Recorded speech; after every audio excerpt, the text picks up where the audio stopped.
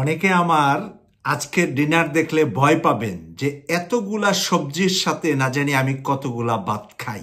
আসলে আমি ভাতই খাই না, খাই শুধু সবজি। আর আজকে সবজির সাথে স্পেশাল আছে, সবজির উপরে দিয়েছি, সেটা হলো আমার ওয়াইফ লইট্টা শুটকি দিয়ে বেগুন রান্না করেছিল।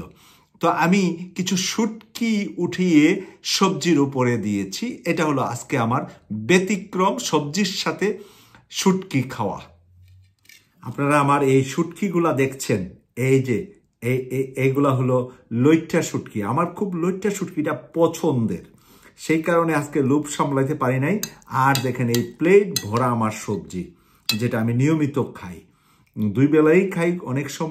অনেক সময় একবেলা সালাদ খাই মাছ দিয়ে অথবা মাংস গ্রিল দিয়ে, আর অনেক সময় রান্না করা গরুর মাংস দিয়েও আমি সবজি খাই।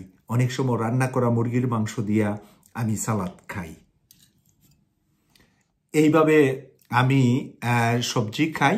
তো আজকে দেখেন লইট্টা মাছের শুটকিটা নিলাম, সাথে আমার সবজি নিলাম। আর আমার সবজিতে আজকে 3টা জিনিস আছে, অনেক সময় 4-5টা আইটেমও থাকে সবজির বিভিন্ন ধরনের। তো আজকে আছে আমাদের দেশে যেটা বলি না লচ্ছই, লম্বা লম্বা সিমগুলা, আর বিনস যেটা হলো চিকপিস বলা হয়, আরেকটা হলো মাশরুম যেটা ব্যাঙ্গের ছাতা। এই 3টা জিনিস দিয়ে আমার সবজি, আর সাথে আজকে লইট্টা মাছের শুটকি।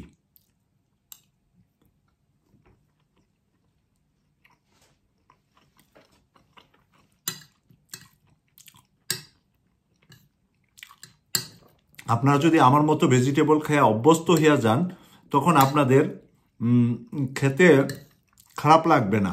হঠাৎ করে ভাত না খেয়ে হঠাৎ করে সবজি খাওয়া ভাতের পরিবর্তে অনেকের জন্য কঠিন হবে।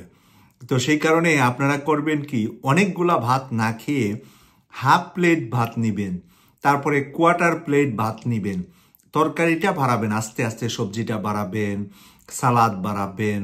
যেটা আমাদের দেশে যারা বাংলাদেশে আছেন যাদের জন্য যেটা চিপ হয়, যখন যেটা বাজারে সস্তা হয়, সিজনাল সবজিগুলা খাবেন, অথবা নিজের বাড়ির আঙ্গিনায় সবজি করে নিজে উৎপাদন করে নিজে খাবেন। চাকরি করেন, ব্যবসা করেন, কোনো সমস্যা নাই। সকালে ঘুম থেকে উঠে ফজরের নামাজ পড়ার যদি অভ্যাস থাকে, তাহলে এই 1 ঘন্টা যদি আপনি একটু সবজি বাগানে পানি টানি দেন, আপনার কিন্তু একটা ব্যায়াম হয়ে যাবে। এই জিনিসটা আমাদের দেশের শিক্ষিত মানুষরা মনে করেন, হ্যাঁ আমি তো বড় অফিসার, আমি কিভাবে বাড়ির আঙ্গিনায় গাছের মধ্যে পানি দেব। আমাদের ওয়াইফরা দে, বোনেরা দে, মারা দে। পুরুষদের বেলা এটা মনে হয় যে একেবারে সম্মানহানি হয়ে যাবে। আসলে না, আমি লন্ডনেও নিজের বাড়ির পিছনে বাগানে পানি দেই, আমি চাষবাস করি, আমার ওয়াইফ করে, আর আমি সহযোগিতা করি।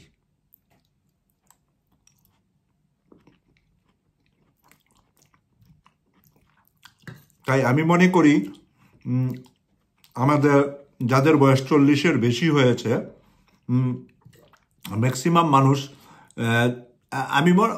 আমি এটা ধারণা করে বলতেছি, হয়তো শতকরা 10 জনের ডায়াবেটিস হয় না বংশগতভাবে, তাদের কোনো মিষ্টি কোনো কিছুর জন্য প্রবলেম হয় না। আর 90 জনের কিন্তু মিষ্টি খাওয়ার কারণে, ভাত খাওয়ার কারণে ডায়াবেটিস হয়ে যাচ্ছে 40-এর পরে। তো সেখান থেকে নিস্তারের জন্য, ওষুধ মুক্ত থাকার জন্য, ইনসুলিন মুক্ত থাকার জন্য আপনাকে এই সবজি খাওয়ার অভ্যাসটা বাড়াইতে হবে, এবং বাড়াইলে ইনশাল্লাহ আপনি ভালো থাকবেন। ওষুধ ছাড়াই আপনি ডায়াবেটিসটা একটা কন্ট্রোলে রাখতে পারবেন। হয়তো মাঝে মাঝে সামান্য বেড়ে যাবে, তখন আবার আপনি আরেকটু শক্ত হবেন। ভুলবশত দুধ খাবেন না, ভুলবশত চিনি জাতীয় কোনো জিনিস খাবেন না, রুটি এগুলা খাবেন না, গ্রিল বা আপনি আমার ওয়াইফ তো বাচ্চাদের জন্য গরুর মাংস রান্না করে, খাসির মাংস রান্না করে, মুরগির মাংস রান্না করে, আমি সেগুলা পিসগুলা উঠাইয়া আমি আমার সবজির সাথে মিক্স করে ঠিকই আমি খাই। অনেক সময় সালাতের সাথে মিক্স করে আমি ঠিকই খাই। তাই সবই খাওয়া যাবে যদি আপনি এগুলাকে একটু রেগুলার কন্ট্রোল করে ফেলেন। আশা করি যে আজকের এই ভিডিওটা কিছুটা হলেও যারা দেখবেন তাদের মানসিকভাবে অন্তত একটা চিন্তা করার সুযোগ আপনাদের আসবে। ধন্যবাদ আপনারা যারা আমাকে ওয়াচ করছেন, দেখছেন, আমাদের চ্যানেলটা সাবস্ক্রাইব করে আমার পাশে থাকবেন এই প্রত্যাশা করছি। আমি সৈয়দ মাসুক, লন্ডন থেকে।